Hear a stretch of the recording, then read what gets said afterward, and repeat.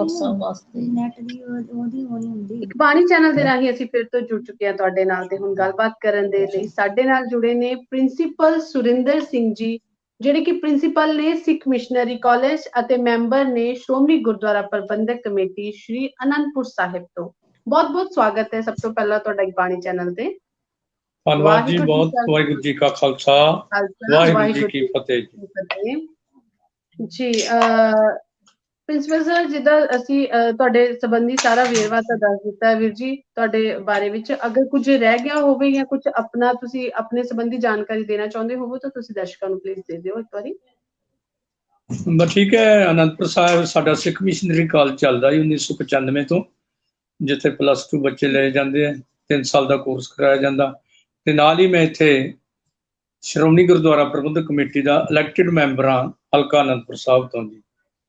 ਜੀ ਜੀ ਜੀ। ਹਾਂਜੀ। ਔਰ ਵੀਰ ਜੀ ਅੱਜ ਆਪਾਂ ਗੱਲਬਾਤ ਕਰਾਂਗੇ ਕਿ ਜਿੱਦਾਂ ਅਕਸਰ ਕਾਫੀ ਜ਼ਿਆਦਾ ਭਰਮ ਭੁਲੇਖੇ ਹੈਗੇ ਨੇ ਸਾਨੂੰ, ਹਨਾ, ਡਿਫਰੈਂਟ ਸੋਚਾਂ ਨੇ ਜਿਸ ਚੀਜ਼ ਨੂੰ ਲੈ ਕੇ ਸਾਡੀਆਂ, ਸਿੱਖ ਰਹਿਤ ਮਰਿਆਦਾ ਦੇ ਬਾਰੇ ਵਿੱਚ, ਕਿ ਸਾਡਾ ਅੱਜ ਗੱਲਬਾਤ ਕਰਨ ਦਾ ਮੇਨ ਵਿਸ਼ਾ ਜਿਹੜਾ ਇਹ ਰਹੇਗਾ ਕਿ ਸਿੱਖ ਰਹਿਤ ਮਰਿਆਦਾ ਨੂੰ ਲੈ ਕੇ ਅਸੀਂ ਸਾਰੇ ਡਿਫਰੈਂਟ ਹੈ ਜਿਹੜਾ ਉਹ ਸੋਚਦੇ ਹਾਂ, ਹਰ ਇੱਕ ਦੀ ਸੋਚ ਅਲੱਗ ਹੈ, ਲੇਕਿਨ ਹੈ ਅਸੀਂ ਸਾਰੇ ਮਤਲਬ ਕਿ ਚਲੋ ਸਾਡੇ ਦਸ਼ਮੇਸ਼ ਪਿਤਾ ਧੰਨ ਸਾਹਿਬ ਸ੍ਰੀ ਗੁਰੂ ਗੋਬਿੰਦ ਸਿੰਘ ਸਾਹਿਬ ਜੀ ਨੇ, ਹਨਾ, ਪਰ ਲੇਕਿਨ ਤਾਂ ਵੀ ਸਾਨੂੰ ਮਰਿਆਦਾਵਾਂ ਨੂੰ ਲੈ ਕੇ ਕਾਫੀ ਭਰਮ ਭੁਲੇਖੇ ਨੇ, ਡਿਫਰੈਂਟ ਨੇ, ਹਨਾ, ਤੇ ਉਹ ਵੱਖ-ਵੱਖ ਨੇ। ਔਰ ਉਹਦੇ ਸੰਬੰਧੀ ਵਿੱਚ ਅਸੀਂ ਤੁਹਾਡੀ ਰਾਏ ਜਾਣਨਾ ਚਾਹੁੰਦੇ ਹੋ ਕਿ ਤੁਹਾਡੇ ਵਿਚਾਰਾਂ ਦੇ ਹਿਸਾਬ ਦੇ ਨਾਲ ਸਿੱਖ ਰਹਿਤ ਮਰਿਆਦਾ ਦਾ ਅਰਥ ਕੀ ਹੈ?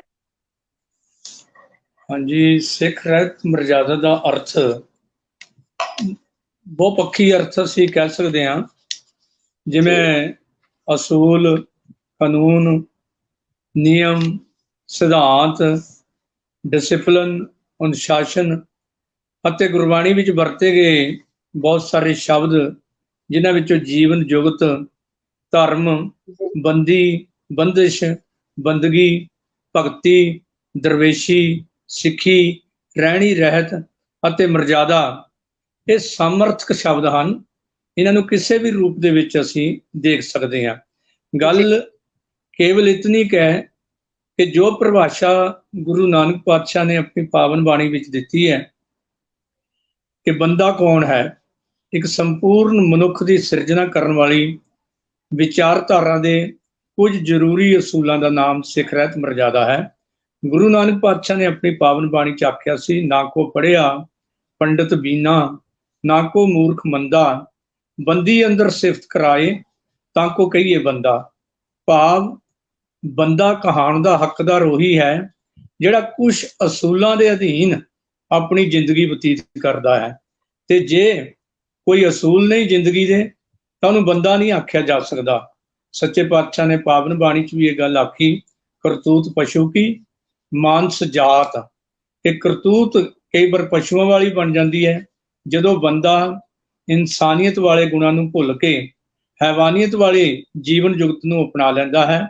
ਉਹ ਬੰਦਾ ਹੋਣ ਦੇ ਬਾਵਜੂਦ ਵੀ ਬੰਦਾ ਕਹਾਉਣ ਦਾ ਹੱਕਦਾਰ ਨਹੀਂ। ਸੋ ਜਦੋਂ ਤੱਕ ਬੰਦੇ ਦੇ ਕੁਝ ਅਸੂਲ ਰਹਿੰਦੇ ਨੇ, ਜ਼ਿੰਦਗੀ ਦੇ ਕੋਈ ਸਿਧਾਂਤ ਹੁੰਦੇ ਨੇ, ਤੇ ਉਸ ਸਿਧਾਂਤਾਂ ਦੇ ਮੁਤਾਬਕ ਜ਼ਿੰਦਗੀ ਜੀ ਕੇ ਹੀ ਬੰਦਾ ਆਪਣੇ ਆਪ ਨੂੰ ਬੰਦਾ ਅਖਵਾ ਸਕਦਾ ਹੈ। ਸੋ ਰਹਿਤ ਮਰਜ਼ਾਦਾ ਦੇ ਜਿਹੜੇ ਸ਼ਬਦ ਮੈਂ ਬੋਲੇ ਨੇ ਪਹਿਲਾਂ, ਕਿ ਭਾਵੇਂ ਅਸੀਂ ਅਸੂਲ ਕਹਿ ਲਈਏ, ਕਾਨੂੰਨ ਕਹਿ ਲਈਏ, ਨਿਯਮ, ਸਿਧਾਂਤ, ਡਿਸਿਪਲਿਨ, ਜਾਂ ਗੁਰਬਾਣੀ ਵਿੱਚ ਵਰਤੀ ਗਈ ਸ਼ਬਦਾਵਲੀ ਜੋ ਮੈਂ ਪਹਿਲਾਂ ਵਰਤ ਦਿੱਤੀ ਹੈ, ਉਹਨੂੰ ਸਾਰੀ ਨੂੰ ਅਸੀਂ ਰਹਿਤ ਮਰਜ਼ਾਦਾ ਦੇ ਰੂਪ ਵਿੱਚ ਹੀ ਦੇਖ ਸਕਦੇ ਹਾਂ ਤੇ ਸਮਰਥਕ ਹੀ ਲਫ਼ਜ਼ ਕਹੇ ਜਾ ਸਕਦੇ ਜੀ।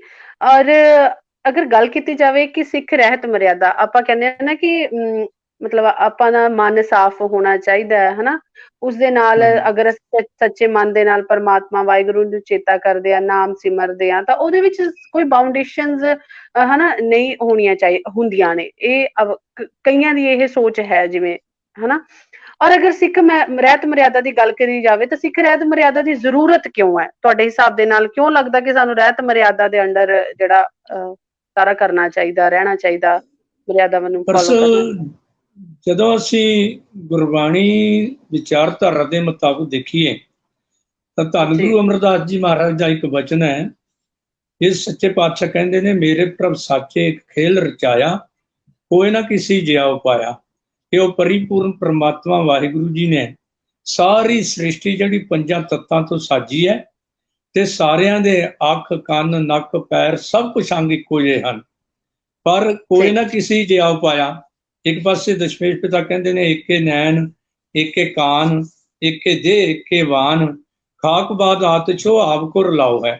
ਸਾਰੇ ਹੀ ਪੰਜਾਂ ਤੱਤਾਂ ਤੋਂ ਬਣੇ ਹੋਏ ਨੇ, ਸਾਰਿਆਂ ਦੇ ਅੱਖਾਂ, ਕੰਨ, ਨੱਕ, ਮੂੰਹ, ਗਿਆਨ ਇੰਦਰੀ ਤੇ ਕਰਮ ਇੰਦਰੀ ਇੱਕੋ ਜਿਹੇ ਹਨ, ਫਿਰ ਵੀ ਕੋਈ ਨਾ ਕਿਸੇ ਜਿਹਾ ਉਪਾਇਆ ਦਾ ਕੀ ਮਤਲਬ ਹੋਇਆ? ਭਾਵ ਮਾਨਸਿਕ ਤੌਰ ਤੇ, ਸੋਚਣੀ ਦੇ ਤੌਰ ਤੇ ਹਰ ਬੰਦੇ ਦੀ ਸੋਚ ਆਪਣੀ ਆਪਣੀ ਹੈ, ਤੇ ਵੱਖਰੀ ਵੱਖਰੀ ਸੋਚ ਹੀ ਜਿਹੜੀ ਹੈ ਨਾ ਜੀ, ਉਹ ਕਈ ਵਾਰ ਮਨੁੱਖਤਾ ਦੇ ਵਿੱਚ ਟਕਰਾਓ ਪੈਦਾ ਕਰ ਦਿੰਦੀ ਹੈ। ਔਰ ਇਹੀ ਕਾਰਨ ਹੈ ਕਿ ਮਨੁੱਖਤਾ ਦੇ ਵਿੱਚ ਇੱਕ ਅਕਾਲ ਪੁਰਖ ਵਾਹਿਗੁਰੂ ਦੀ ਸੰਤਾਨ ਹੋਣ ਦੇ ਬਾਵਜੂਦ ਵੀ, ਪੰਜਾਂ ਤੱਤਾਂ ਤੋਂ ਬਣੇ ਹੋਏ ਹੋਣ ਦੇ ਬਾਵਜੂਦ ਵੀ, ਸਾਰਿਆਂ ਦੀ ਵਿਚਾਰਧਾਰਾ ਵਿੱਚ ਅੰਤਰ ਆਉਣ ਕਰਕੇ ਇੱਕ ਮਨੁੱਖ ਦੂਜੇ ਨਾਲੋਂ ਆਪਣੇ ਆਪ ਨੂੰ ਚੰਗਾ ਸਮਝਦਾ ਹੈ। ਤੇ ਇਸ ਵਖਰੇਵੇਂ ਦੇ ਕਾਰਨ ਹੀ ਜਾਤ ਪਾਤ, ਊਚ ਨੀਚ, ਗਰੀਬ ਅਮੀਰ, ਰੰਗ ਨਸਲ, ਔਰਤ ਮਰਦ, ਦੇਸ਼ਾਂ ਪ੍ਰਦੇਸ਼ਾਂ ਦੇ ਇਹ ਵਿਤਕਰੇ ਜਿਹੜੇ ਖੜੇ ਹੋ ਜਾਂਦੇ ਤੇ ਮਨੁੱਖਤਾ ਦੀ, ਮਨੁੱਖ ਦਾ ਦੁਸ਼ਮਣ ਬਣ ਜਾਂਦਾ ਹੈ। ਸੋ ਇਸ ਵਖਰੇਵੇਂ ਨੂੰ ਦੂਰ ਕਰਨ ਵਾਸਤੇ ਪਹਿਲਾਂ ਮੈਨੂੰ ਇੱਕ ਗੱਲ ਘਟਨਾ ਯਾਦ ਆ ਗਈ ਵੀ ਬੰਦਿਆਂ ਦੇ ਆਪਣੇ ਰਿਸ਼ਤੇ ਨਾਤਿਆਂ ਵਿੱਚ ਵੀ ਕਈ ਵਾਰ ਤੁਸੀਂ ਦੇਖ ਲਓ, ਦੋ ਭਰਾ ਹੁੰਦੇ ਨੇ, ਸਗੇ ਭਰਾ ਹੋਣ ਦੇ ਬਾਵਜੂਦ ਉਹਨਾਂ ਦੇ ਸੋਚ ਵੱਖਰੀ ਵੱਖਰੀ ਹੈ। ਭੈਣ ਭਰਾ ਦੀ ਸੋਚ ਵੱਖਰੀ ਵੱਖਰੀ ਹੈ, ਮਾਤਾ ਪਿਤਾ ਦੀ ਸੋਚ ਵੱਖਰੀ ਹੋ ਗਈ, ਰਿਸ਼ਤੇਦਾਰ ਸਾਕ ਸੰਬੰਧੀ ਵੱਖਰੀ ਵੱਖਰੀ ਸੋਚ ਦੇ ਮਾਲਕ ਕਿਉਂ ਹੁੰਦੇ ਨੇ? ਉਹਦਾ ਕਾਰਨ ਇਹ ਹੈ ਕਿ ਸੋਚਣੀ ਇੱਕ ਨਹੀਂ, ਔਰ ਉਹਦੇ ਕਰਕੇ ਹੀ ਮਨੁੱਖਤਾ ਦੇ ਵਿੱਚ ਝਗੜੇ ਪੈ ਜਾਂਦੇ ਨੇ। ਤੇ ਸਮੇਂ-ਸਮੇਂ ਤੇ ਕੁਝ ਮਹਾਂਪੁਰਸ਼ ਇਸ ਸੰਸਾਰ ਦੇ ਵਿੱਚ ਆਉਂਦੇ ਨੇ ਇਹਨਾਂ ਝਗੜਿਆਂ ਨੂੰ ਮੁਕਾਉਣ ਦੇ ਲਈ। ਤੇ ਮੈਨੂੰ ਇੱਕ ਘਟਨਾ ਯਾਦ ਆ ਗਈ, ਅੱਜ ਤੋਂ ਕੋਈ 20 ਸਾਲ ਪਹਿਲਾਂ ਸਪੋਕਸਮੈਨ ਰੋਜ਼ਾਨਾ ਅਖਬਾਰ ਦੇ ਵਿੱਚ ਇੱਕ ਘਟਨਾ ਛਪੀ ਸੀ ਕਿ ਸ਼ਾਇਦ ਇਜ਼ਰਾਈਲ ਦੇ ਵਿੱਚ ਇੱਕ ਲੜਕੀ ਐਸੀ ਸੀ ਜਿਹਦੇ ਦੋ ਧੜ ਸਨ, ਲੱਤਾਂ ਉਹੀ ਦੋ ਤੇ ਉੱਤੇ ਧੜ ਬਿਲਕੁਲ ਵੱਖਰੇ ਵੱਖਰੇ। 14 ਸਾਲ ਦੀ ਉਦੋਂ ਉਮਰ ਸੀ ਉਹਦੀ, ਹੁਣ ਤਾਂ ਉਹ 34-35 ਸਾਲ 40 ਸਾਲ ਨੂੰ ਜਾ ਪਹੁੰਚੇ ਹੋਣੇ, ਡੇਟ ਮੈਨੂੰ ਯਾਦ ਨਹੀਂ, ਅਖਬਾਰ ਦੀ ਕਟਿੰਗ ਕਿਤੇ ਪਈ ਹੋਣੀ ਮੇਰੇ ਰਿਕਾਰਡ ਦੇ ਵਿੱਚ। ਤੇ ਉਹਨਾਂ ਦੀ ਕਿਤੇ ਅਚਨਚੇਤ ਲਾਟਰੀ ਨਿਕਲ ਆਈ, ਤੇ ਲਾਟਰੀ ਜਿਹੜੀ 14 ਅਰਬ ਦੀ ਬਹੁਤ ਜ਼ਿਆਦਾ ਕੀਮਤ ਸੀ, ਰਾਸ਼ੀ ਬਹੁਤ ਜ਼ਿਆਦਾ ਸੀ।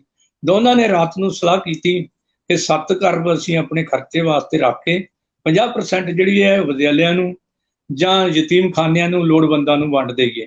ਰਾਤ ਨੂੰ ਇਹ ਫੈਸਲਾ ਕਰਕੇ ਦੋਵੇਂ ਧੜ ਸੌ ਗਏ ਨੇ। ਸਵੇਰ ਨੂੰ ਉੱਠੇ ਤੇ ਦੂਜਾ ਕਹਿਣ ਲੱਗਾ, ਨਹੀਂ, ਰਾਤ ਵਾਲਾ ਫੈਸਲਾ ਪ੍ਰਵਾਨ ਨਹੀਂ। ਉਹ ਲੜਕੀ ਜਿਹੜੀ ਹੈ ਇੱਕੋ ਹੀ ਸੀ, ਧੜ ਲੱਤਾਂ ਇੱਕੋ ਹੀ, ਧੜ ਦੋ, ਤੇ ਦੋਨਾਂ ਦਾ ਵਖਰੇਵਾਂ ਤੇ ਦੋਨਾਂ ਦੇ ਵਿੱਚ ਝਗੜਾ ਪੈ ਗਿਆ।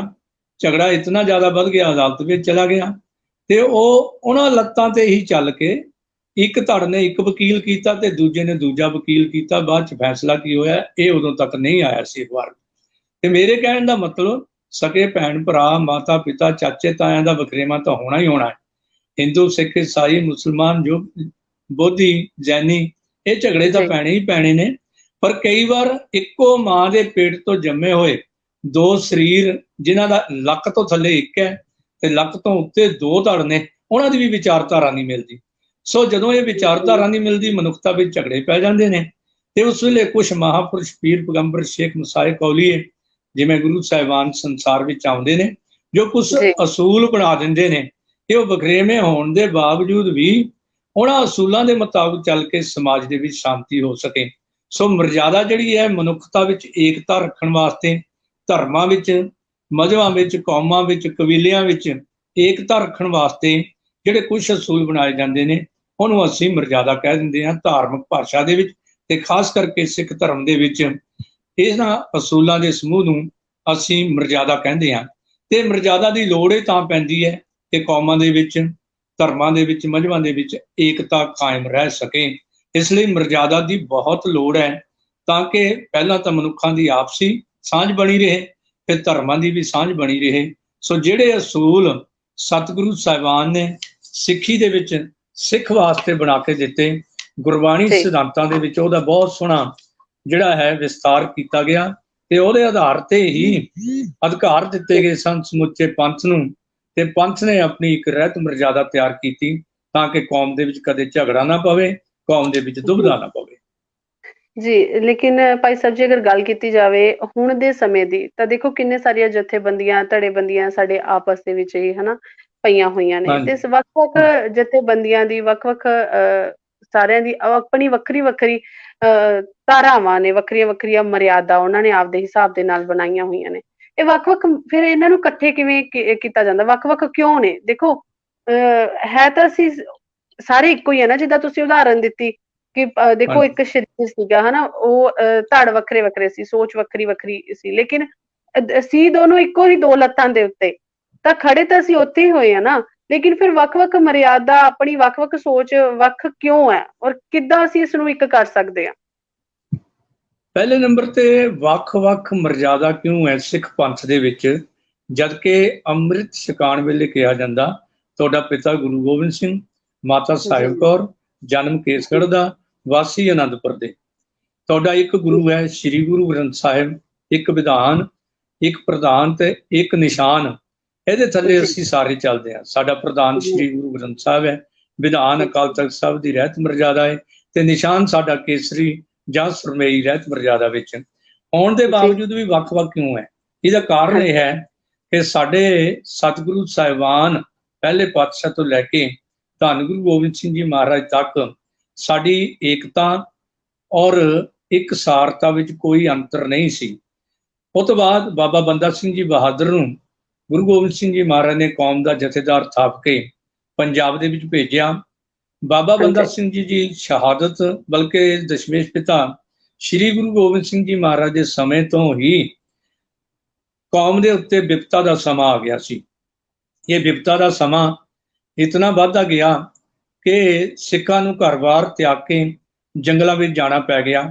ਸਿੱਖ ਕੌਮ ਦੇ ਵੱਖ-ਵੱਖ ਜਥੇ ਜਿਹੜੇ ਸੀ ਆਪਣੀ ਹੋਂਦ, ਅਣਖ, ਇੱਜ਼ਤ ਨੂੰ ਬਚਾਉਣ ਵਾਸਤੇ ਬਾਹਰ ਜੰਗਲਾਂ, ਮਾਰੂਥਲਾਂ, ਬੀਆਬਾਨਾਂ ਦੇ ਵਿੱਚ ਚਲੇ ਗਏ।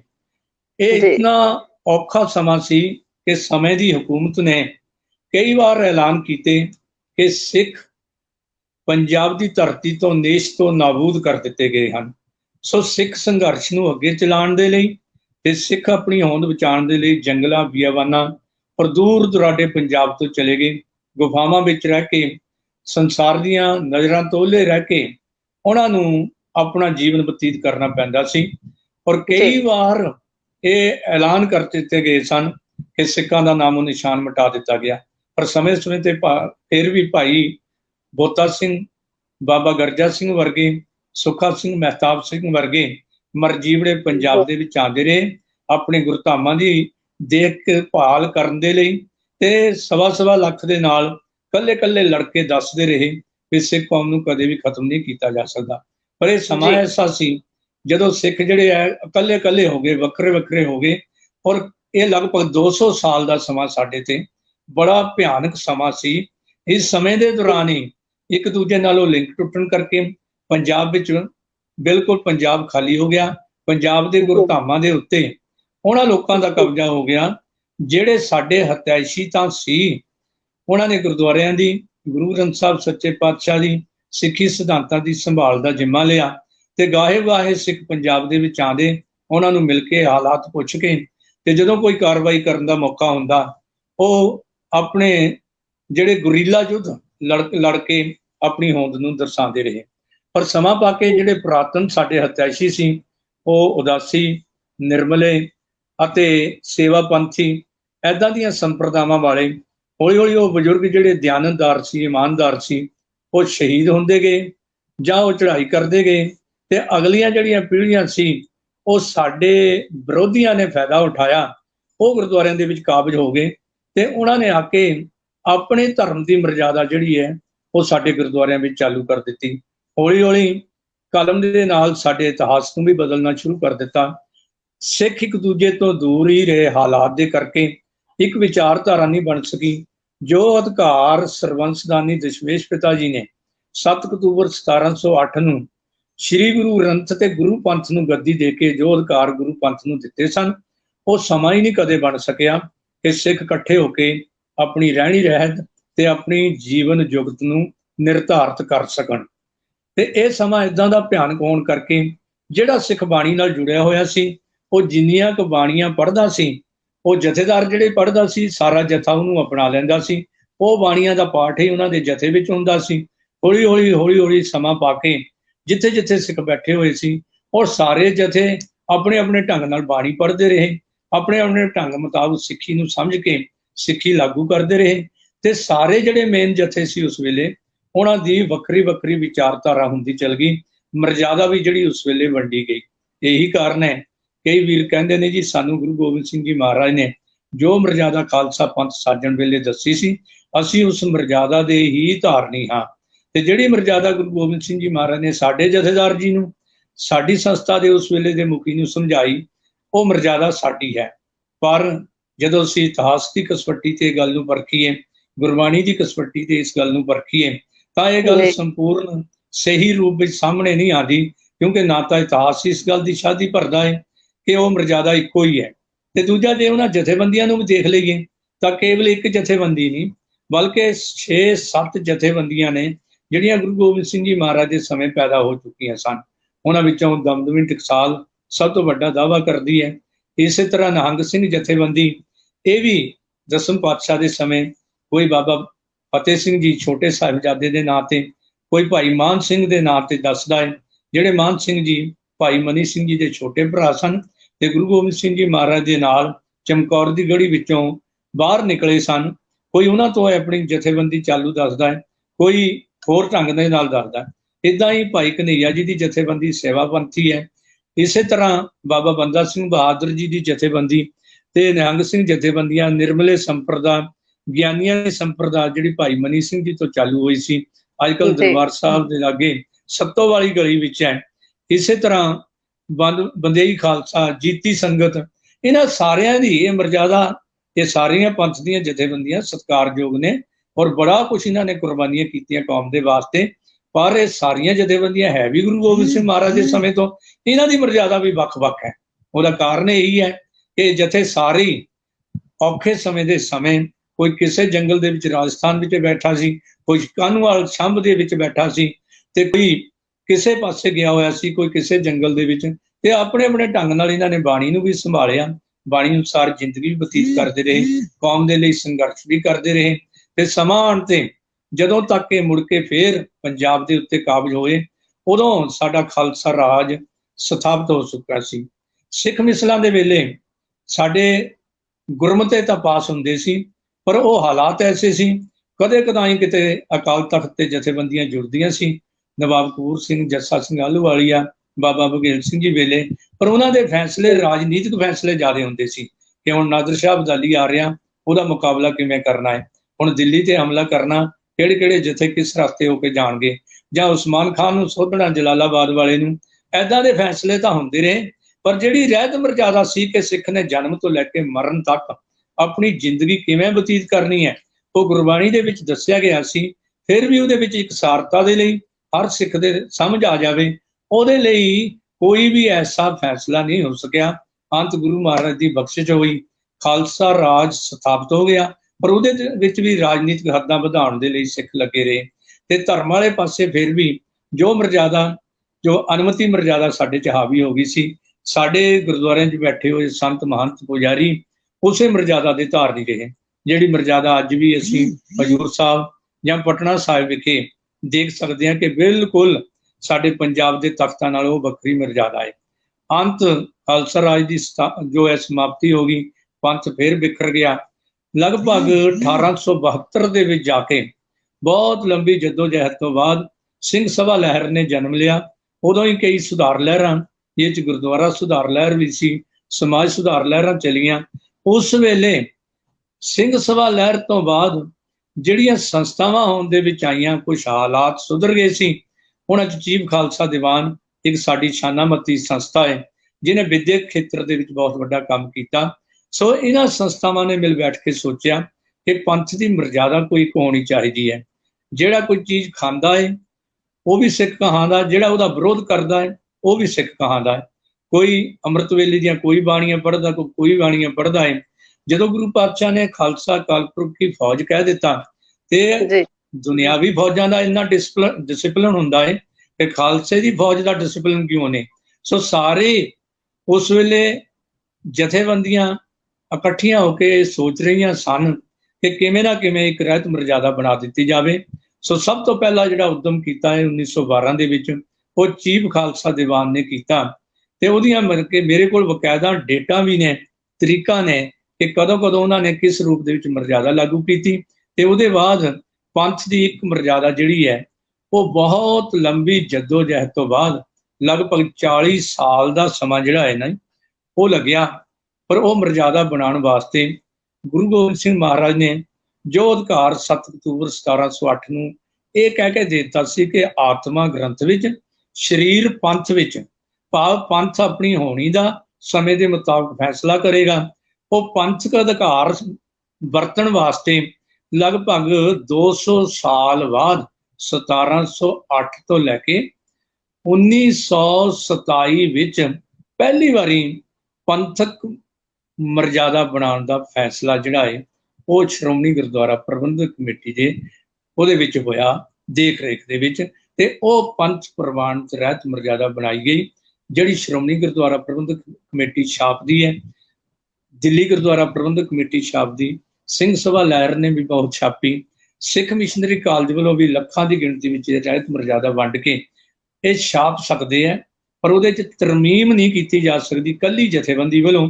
ਕੋਈ ਇੱਕ ਜਥੇਦਾਰ, 5 ਜਥੇਦਾਰ ਜਾਂ कोई एक जथेबंदी, वो भावें श्रोमणी जथेबंदी होवे, भावें छोटी जथेबंदी होवे, भावें व्यक्तिगत तौर पर किसी को कोई अधिकार नहीं कि इहदे विच कन्ने मुक्ते की तरमीम की जा सके।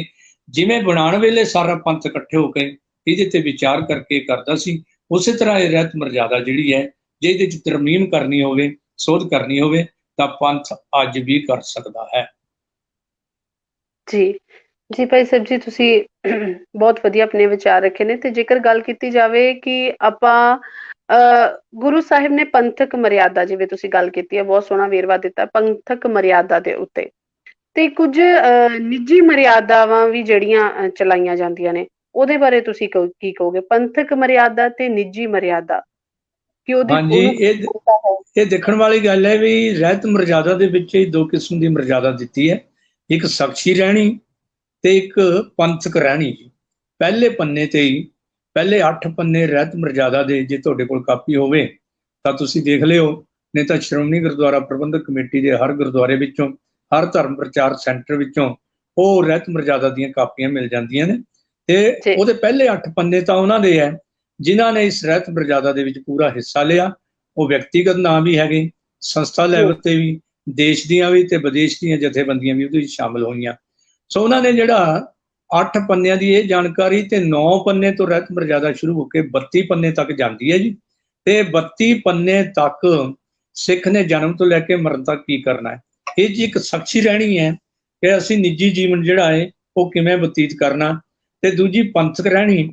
ਦਰਅਸਲ ਸ਼ਖਸੀ ਰਹਿਣੀ ਵੀ ਵਿਅਕਤੀਗਤ ਰੂਪ ਦੇ ਵਿੱਚ ਹੁੰਦਾ ਹੋਇਆ ਵੀ ਸਿੱਖ ਜਿਹੜਾ ਉਹ ਗੁਰੂ ਪੰਥ ਦਾ ਇੱਕ ਹਿੱਸਾ ਹੈ। ਆਵਾਜ਼ ਆ ਰਹੀ ਜੀ? ਜੀ ਜੀ ਜੀ ਵੀਰ ਜੀ, ਬਿਲਕੁਲ। ਹਾਂਜੀ, ਤੁਹਾਡੀ ਫੋਟੋ ਹੁਣ ਮੇਰੇ ਸਾਹਮਣੇ ਨਹੀਂ ਤਾਂ ਕਰਕੇ ਮੈਨੂੰ ਭੁਲੇਖਾ ਲੱਗ ਗਿਆ ਸੀ। ਵੀਰ ਜੀ ਹਾਂਜੀ, ਮੈਂ ਤੁਹਾਡੀ ਫੋਟੋ ਇਸ ਕਰਕੇ ਪੂਰੀ ਦਿੱਤੀ ਹੈ ਕਿ ਮਤਲਬ ਤੁਹਾਡੇ ਚੰਗੀ ਤਰ੍ਹਾਂ ਵਿਚਾਰ ਔਰ ਸੰਗਤਾਂ ਨੂੰ ਅੱਛੀ ਤਰ੍ਹਾਂ ਦੇ ਨਾਲ। ਧੰਨਵਾਦ, ਧੰਨਵਾਦ ਜੀ, ਬਹੁਤ ਮਿਹਰਬਾਨੀ, ਬਹੁਤ ਧੰਨਵਾਦ। ਤੇ ਮੈਂ ਇਹ ਬੇਨਤੀ ਕਰਨੀ ਚਾਹੁੰਦਾ ਸੀ ਵੀ ਨਿੱਜੀ ਰਹਿਣੀ ਜਿਹੜੀ ਹੈ ਉਹਨੂੰ ਸ਼ਖਸੀ ਰਹਿਣੀ ਵੀ ਕਹਿੰਦੇ ਆ। ਇਹ ਨਿੱਜੀ ਰਹਿਣੀ ਕਿਸੇ ਵੀ ਤਰ੍ਹਾਂ ਸਿੱਖ ਜੀ ਸਕਦਾ ਹੈ, ਪਰ ਨਿੱਜੀ ਰਹਿਣੀ ਜਿਉਂਦਿਆਂ ਹੋਇਆਂ, ਸ਼ਖਸੀ ਰਹਿਣੀ ਜਿਉਂਦਿਆਂ ਹੋਇਆਂ ਸਿੱਖ ਨੇ ਯਾਦ ਰੱਖਣਾ ਹੈ ਕਿ ਉਹ ਪੰਥ ਦਾ ਵੀ ਹਿੱਸਾ ਹੈ। ਇਸ ਲਈ ਉਹਦੀ ਨਿੱਜੀ ਰਹਿਣੀ ਵੀ ਜਿਹੜੀ ਹੈ ਉਹ ਪੰਥਕ ਰਹਿਤ ਮਰਜ਼ਾਦਾ ਦੇ ਮੁਤਾਬਕ ਹੀ ਚੱਲਣੀ ਚਾਹੀਦੀ ਹੈ। ਜਿਵੇਂ ਸਾਰੀ ਫੌਜ ਦਾ ਇੱਕੋ ਹੀ ਡਿਸਿਪਲਿਨ ਹੁੰਦਾ ਹੈ, ਇੱਕੋ ਜਿਹੀ ਵਰਦੀ, ਇੱਕੋ ਜਿਹੀਆਂ ਦਸਤਾਰਾਂ, ਇੱਕੋ ਜਿਹੀ ਉਹਨਾਂ ਦੀ ਪਰੇਡ, ਇੱਕੋ ਜਿਹਾ ਹੀ ਸਭ ਕੁਝ ਹੁੰਦਾ ਹੈ। ਇੱਦਾਂ ਹੀ ਖਾਲਸਾ ਅਕਾਲ ਪੁਰਖ ਦੀ ਫੌਜ ਜੋ ਅਕਾਲ ਤਖਤ ਦੀ ਰਹਿਤ ਮਰਜ਼ਾਦਾ ਵਿੱਚ ਸ਼ਖਸੀ ਰਹਿਣੀ ਦੱਸ ਦਿੱਤੀ, ਉਹਦੇ ਮੁਤਾਬਕ ਬਾਣੀ ਘੱਟ ਵੱਧ ਪੜ੍ਹ ਸਕਦੇ ਨੇ, ਪਰ ਜਦੋਂ ਉਹਨਾਂ ਨੇ ਆਪਣੇ ਘਰ ਵਿੱਚ ਕੰਮ ਕਰਨੇ ਨੇ ਫਿਰ ਇਹ ਚੇਤਾ ਰੱਖਣਾ ਕਿ ਪੰਥਕ ਸੋਚ, ਪੰਥਕ ਰਹਿਣੀ ਨੂੰ ਹੀ ਅਪਣਾਉਣਾ ਹੈ। ਕਿਉਂਕਿ ਗੁਰੂ ਸਾਹਿਬਾਨ ਨੇ ਜਿਹੜੀ ਨਿੱਜੀ ਰਹਿਣੀ ਹੈ, ਸ਼ਖਸੀ ਰਹਿਣੀ ਹੈ, ਉਹ ਕਦੀ ਵੀ ਪੰਥ ਤੇ ਹਾਵੀ ਨਹੀਂ ਹੋਣ ਦਿੱਤੀ। ਜਦੋਂ ਚੱਲ ਬਟਾਲੇ ਦੀ ਧਰਤੀ ਤੇ ਸਿੱਧਾ ਨੇ ਇੱਕ ਸਵਾਲ ਕੀਤਾ ਸੀ ਗੁਰੂ ਨਾਨਕ ਪਾਤਸ਼ਾਹ ਤੇ ਕਿ ਸੱਚੇ ਪਾਤਸ਼ਾਹ ਤੁਹਾਡੇ ਕੋਲ ਕਿਹੜੀ ਕਰਾਮਾਤ ਹੈ, ਤੁਹਾਡੇ ਕੋਲ ਕਿਹੜੀ ਸ਼ਕਤੀ ਹੈ? ਤੇ सिद्ध पुछण सुन नानका, तोहि जग नूं क्या करमात दिखाई। कुछ दिखाले असां नूं, तू क्यों ढिल जही लाई। बाबा आखे नाथ जी, असां वेख्या जोगी वसत न काई।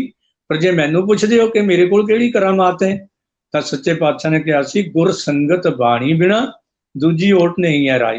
ਵੀ ਮੇਰੇ ਕੋਲ ਕੇਵਲ ਦੋ ਤਾਕਤਾਂ ਨੇ, ਇੱਕ ਗੁਰੂ ਕੀ ਬਾਣੀ ਤੇ ਇੱਕ ਗੁਰੂ ਕੀ ਸੰਗਤ।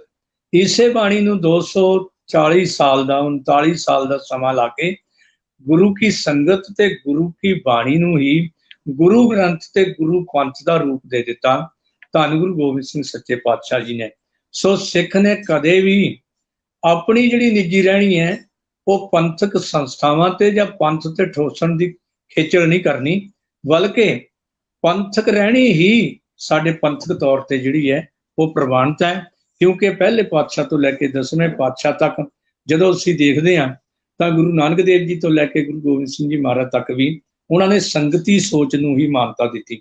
ਜਿਵੇਂ ਆ ਇੱਕ ਪ੍ਰਮਾਣ ਭਾਈ ਗੁਰਦਾਸ ਜੀ ਦਾ ਮੈਂ ਦੱਸਿਆ, ਇਤਿਹਾਸ ਵਿੱਚੋਂ ਗੁਰੂ ਅੰਗਦ ਦੇਵ ਜੀ ਮਹਾਰਾਜ ਜਦੋਂ ਕੁਝ ਸਮੇਂ ਦੇ ਲਈ ਵਿਰੋਧੀਆਂ ਨੂੰ ਸ਼ਾਂਤ ਕਰਨ ਲਈ ਗੁਪਤਵਾਸ ਹੋ ਗਏ, ਉਦੋਂ ਵੀ ਸੰਗਤ ਜਿਹੜੀ ਹੈ ਬਾਬਾ ਬੁੱਢਾ ਜੀ ਦੀ ਅਗਵਾਈ ਵਿੱਚ ਗੁਰੂ ਅੰਗਦ ਦੇਵ ਜੀ ਨੂੰ ਲੱਭਦੀ ਗਈ ਤੇ ਸੰਗਤ ਦੀ ਆਵਾਜ਼ ਸੁਣ ਕੇ ਗੁਰੂ ਅੰਗਦ ਦੇਵ ਜੀ ਮਹਾਰਾਜ ਪ੍ਰਗਟ ਹੋਏ ਗੁਰਗੱਦੀ ਲੈਣ ਤੋਂ ਬਾਅਦ। ਤੀਜੇ ਪਾਤਸ਼ਾਹ ਦੀ ਵੀ ਇਦਾਂ ਦੀ ਘਟਨਾ ਹੈ। ਪੰਜਵੇਂ ਪਾਤਸ਼ਾਹ ਨੇ ਜਦੋਂ ਗੁਰੂ ਹਰਗੋਬਿੰਦ ਸਾਹਿਬ ਜੀ ਦਾ ਰਿਸ਼ਤਾ ਕਰਨਾ ਸੀ, ਚੰਦੂ ਦੀ ਲੜਕੀ ਦਾ ਰਿਸ਼ਤਾ ਗੁਰੂ ਹਰਗੋਬਿੰਦ ਸਾਹਿਬ ਜੀ ਨੂੰ ਪਸੰਦ ਕਰ ਗਏ, ਉਹਦੇ ਮਰਜ਼ਾਦਾ ਦੇ ਮੁਤਾਬਕ ਭੇਜੇ ਹੋਏ ਉਹਦੇ ਬੰਦੇ। ਪਰ ਚੰਦੂ ਨੇ ਹੰਕਾਰ ਵਿੱਚ ਆ ਕੇ ਦਿੱਲੀ ਵਿੱਚ ਇਹ ਗੱਲ ਕਹਿ ਦਿੱਤਾ ਕਿ ਤੁਸੀਂ ਚਵਾਰੇ ਦੀ ਇੱਟ ਮੋਰੀ ਨੂੰ ਲਾਤੀ, ਭਾਵ ਗੁਸਲ ਖਾਲਸੇ ਦੀ ਮੋਰੀ ਹੁੰਦੀ ਹੈ।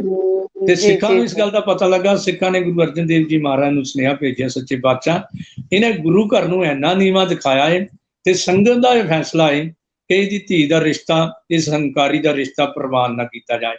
ਸੋ ਗੁਰੂ ਅਰਜਨ ਦੇਵ ਜੀ ਮਹਾਰਾਜ ਨੇ ਆਪ ਸਰਵ ਕਲਾ ਸਮਰੱਥ ਹੁੰਦੇ ਹੋਏ ਸੰਗਤ ਨੂੰ ਮਾਨਤਾ ਦਿੱਤੀ ਤੇ ਸੰਗਤ ਦੇ ਫੈਸਲੇ ਨੂੰ ਲਾਗੂ ਕਰਨ ਵਾਸਤੇ ਹੀ ਧੰਨ ਗੁਰੂ ਅਰਜਨ ਦੇਵ ਜੀ ਮਹਾਰਾਜ ਨੇ ਤੱਤੀ ਤਵੀ ਤੇ ਬੈਠਣਾ ਪ੍ਰਵਾਨ ਕਰ ਲਿਆ, ਉਬਲਦੀ ਦੇਗ 'ਚ ਉਬਲਣਾ ਤੇ ਪ੍ਰਵਾਨ ਕਰ ਲਿਆ, ਤੱਤੀ ਰੇਤ ਸੀਸ ਤੇ ਪਵਾ ਲਈ। ਪਰ ਉਹਨਾਂ ਨੇ ਸੰਗਤ ਦੇ ਫੈਸਲੇ ਨੂੰ ਰਿਜੈਕਟ ਨਹੀਂ ਕੀਤਾ।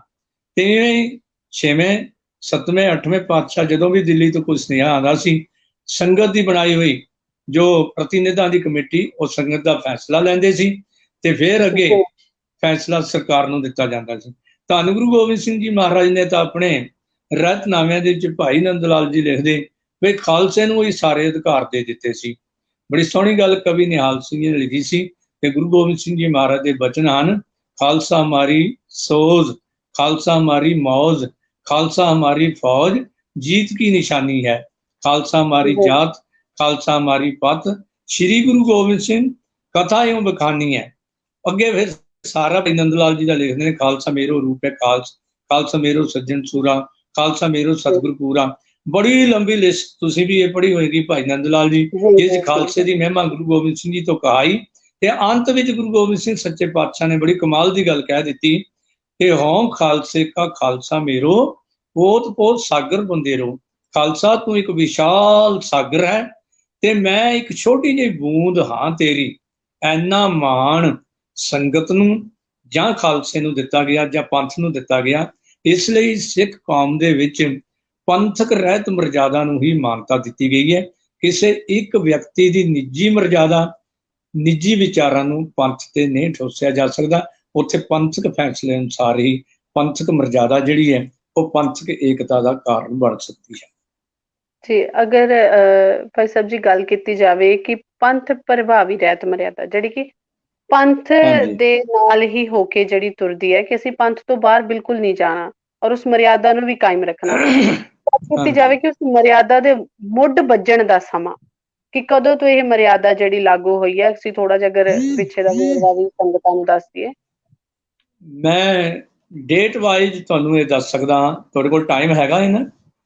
जी जी जी, मैं टाइम हैगा जी जी, मैं तुहानूं हां जी 25 मिनट मैं ये दस देना चाहता भी इस पंथक रहत मर्यादा नूं जिवें मैं पहला दस दिता कि ਸਿੰਘ ਸਭਾ लहर तो बाद जिहड़ी जागृति पंथ दे विच आई, सुत्ती हुई कौम ने अंगड़ाई लई ते कौम ने अपने भविख बारे सोचना शुरू किया कि सब तो पहला सानू लोड़ है कि पंथक एकता वास्ते ਇੱਕ ਮਰਜ਼ਾਦਾ ਤਿਆਰ ਕਰ ਦਿੱਤੀ ਜਾਵੇ, ਕਿਤੇ ਦੂਜੇ ਸਾਡੇ ਗੁਆਂਢੀ ਮਤਮੰਗ ਨਾ ਹੋਵੇ ਕਿ ਜਿਹੜਾ ਇੱਕ ਜਾਨਵਰ ਦਾ ਮਾਸ ਖਾਂਦਾ ਹੈ ਤੇ ਦੂਜਾ ਉਹਦੀ ਪੂਜਾ ਕਰਦਾ ਹੈ, ਉਹ ਵੀ ਉਹੀ ਧਰਮ ਨੂੰ ਮੰਨਦਾ ਹੈ, ਉਹ ਵੀ ਉਹੀ ਧਰਮ ਨੂੰ ਮੰਨਦਾ। ਇਹੀ ਹਾਲਾਤ ਕਿਤੇ ਸਾਡੇ ਨਾਲ ਹੋ ਜਾਣ। ਇਸ ਲਈ ਸਿੰਘ ਸਭਾ ਲਹਿਰ ਤੋਂ ਬਾਅਦ ਚੀਫ ਖਾਲਸਾ ਦੀਵਾਨ ਹੋਂਦ ਵਿੱਚ ਆਇਆ, ਜਿਨ੍ਹਾਂ ਨੇ ਪੰਥ ਵਿੱਚ ਜਾਗਰਤੀ ਲਿਆਂਦੀ, ਵਿਦਿਅਕ ਲਹਿਰਾਂ ਚਲਾਈਆਂ, ਬਹੁਤ ਵੱਡੀ ਇਨਕਲਾਬ ਸੀ। ਤੇ ਸਭ ਤੋਂ ਪਹਿਲਾ ਸਿਹਰਾ ਜਿਹੜਾ ਹੈ ਨਾ, ਉਹ ਚੀਫ ਖਾਲਸਾ ਦੀਵਾਨ ਦੇ ਸਿਰ ਵੱਜਦਾ ਹੈ ਇਹ ਰਹਿਤ ਮਰਜ਼ਾਦਾ ਨੂੰ ਬਣਾਉਣ ਦੇ ਵਿੱਚ। ਸੋ ਪਹਿਲਾ ਖਰੜਾ ਜੂਨ 1912 ਵਿੱਚ ਚੀਫ ਖਾਲਸਾ ਦੀਵਾਨ ਵੱਲੋਂ ਗੁਰਮਤਿ ਪ੍ਰਕਾਸ਼ ਭਾਗ ਸੰਸਕਾਰ ਖਾਲਸਾ ਅਖਬਾਰ ਵਿੱਚ ਪਹਿਲੀ ਵਾਰੀ ਛਾਪਿਆ। ਖਾਲਸਾ ਅਖਬਾਰ ਅੱਜ ਤੱਕ ਚੱਲਦੀ ਹੈ ਚੀਫ ਖਾਲਸਾ ਦੀਵਾਨ ਦੀ, ਜਿਹੜੀ ਕਿ ਉਸ ਵੇਲੇ ਸਿੰਘ ਸਭਾ ਲਹਿਰ ਨੇ ਚਾਲੂ ਕੀਤੀ ਸੀ, ਔਰ ਭਾਈ ਵੀਰ ਸਿੰਘ ਜੀ ਵਰਗੇ ਵੀ ਇਹਦੇ ਵਿੱਚ ਯੋਗਦਾਨ ਪਾਉਂਦੇ ਰਹੇ। ਤੇ ਉਹਦੇ ਵਿੱਚ ਜਿਹੜਾ ਖਰੜਾ ਛਾਪਿਆ ਗਿਆ ਸੀ ਉਹ ਇਸ ਲਈ ਛਾਪਿਆ ਸੀ ਕਿ ਪੰਥ ਦੀਆਂ ਜਥੇਬੰਦੀਆਂ ਇਹਨੂੰ ਪੜ੍ਹ ਕੇ ਆਪਣੀ ਰਾਏ ਭੇਜਣ ਤੇ ਉਹਦੇ ਤੇ ਬਹਿਸ ਮੁਬਾਸੇ ਕਰਕੇ ਫਿਰ ਕੋਈ ਅੰਤਮ ਨਿਰਣਾ ਲਿਆ ਜਾਵੇ।